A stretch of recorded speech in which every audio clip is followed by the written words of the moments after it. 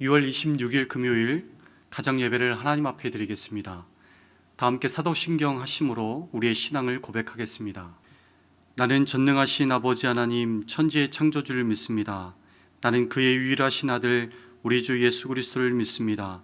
그는 성령으로 잉태되어 동정녀 마리아에게서 나시고 본디오 빌라도에게 고난받아 십자가에 못 박혀 죽으시고 장사된 지 사흘 만에 죽은 자 가운데서 다시 살아나셨으며 하늘에 오르시어 전능하신 아버지 하나님 우편에 앉아 계시다가 거기로부터 살아있는 자와 죽은 자를 심판하러 오십니다.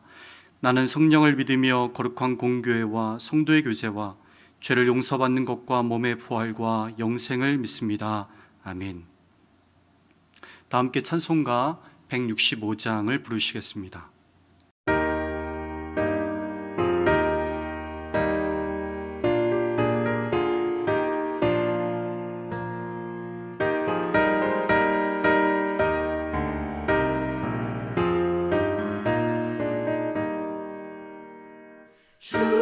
주님께 영광 다시 사신 주 사망 권세 모두 이기시었네. 흰 옷 입은 천사 돌을 옮겼고 누우셨던 곳은 비어 있었네. 주님께 영광 다시 사신 주 사망 권세 모두 이기시었네. 부활의 주님 나타나시사 두려움과 의심 물리치셨네. 주의 교회 기뻐 찬송하여라. 다시 사신 주님 죽음 이겼네. 주님께 영광 다시 사신 주 사망 권세 모두 이기시었네.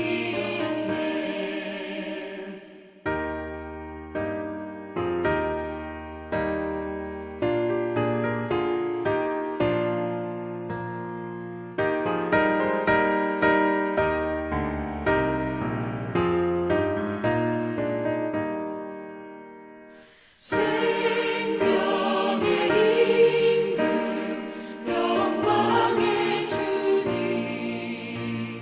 주님 없는 삶은 헛될 뿐이라. 주의 사랑으로 세상 이기고 요단 건너 본향 가게 하소서. 주님께 영광 다시 사신 주 사망 권세 모두 이기시었네.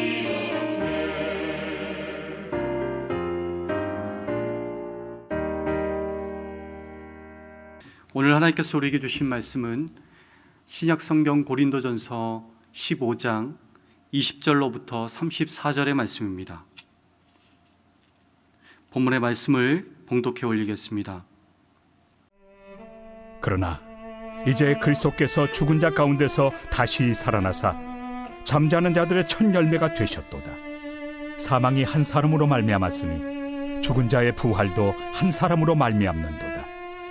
아담 안에서 모든 사람이 죽은 것 같이 그리스도 안에서 모든 사람이 삶을 얻으리라. 그러나 각각 자기 차례대로 되리니 먼저는 첫 열매인 그리스도요, 다음에는 그가 강림하실 때 그리스도에게 속한 자요, 그 후에는 마지막이니 그가 모든 통치와 모든 권세와 능력을 멸하시고 나라를 아버지 하나님께 바칠 때라. 그가 모든 원수를 그 발 아래 둘 때까지 반드시 왕 노릇하시리니 맨 나중에 멸망받을 원수는 사망이니라. 만물을 그의 발 아래 두셨다 하셨으니 만물을 아래 둔다 말씀하실 때 만물을 그의 아래 두신 이가 그 중에 들지 아니한 것이 분명하도다. 만물을 그에게 복종하게 하실 때에는 아들 자신도 그때 만물을 자기에게 복종하게 하신 이에게 복종하게 되리니 이는 하나님이 만유의 주로서 만유 안에 계시려 하심이라. 만일 죽은 자들이 도무지 다시 살아나지 못하면 죽은 자들을 위하여 세례를 받는 자들이 무엇을 하겠느냐? 어찌하여 그들을 위하여 세례를 받느냐? 또 어찌하여 우리가 언제나 위험을 무릅쓰리요? 형제들아, 내가 그리스도 예수 우리 주 안에서 가진 바 너희에 대한 나의 자랑을 두고 단언하노니 나는 날마다 죽노라. 내가 사람의 방법으로 에베소에서 맹수와 더불어 싸웠다면 내게 무슨 유익이 있으리요? 죽은 자가 다시 살아나지 못한다면 내일 죽을 터이니 먹고 마시자 하리라. 속지 말라. 악한 동무들은 선한 행실을 더럽히나니 깨어 의를 행하고 죄를 짓지 말라. 하나님을 알지 못하는 자가 있기로 내가 너희를 부끄럽게 하기 위하여 말하노라. 사도 바울은 기독교 신앙의 핵심인 부활을 설명하면서 예수님의 부활의 첫 열매가 되셨다고 선포합니다. 예수님의 부활은 과거에 있었던 역사적인 사건만으로 끝나는 것이 아닙니다. 단지 우리가 모범으로 삼아 적용해야 할 일만도 아닙니다. 그 사건의 영향력이 오늘이라는 시간을 살아가는 우리에게도 임하고 있습니다. 예수님의 부활은 새 시대를 열었고 새로운 삶의 방식을 촉구하였고 새로운 희망을 주었습니다. 그렇다면 부활의 의미가 무엇이겠습니까?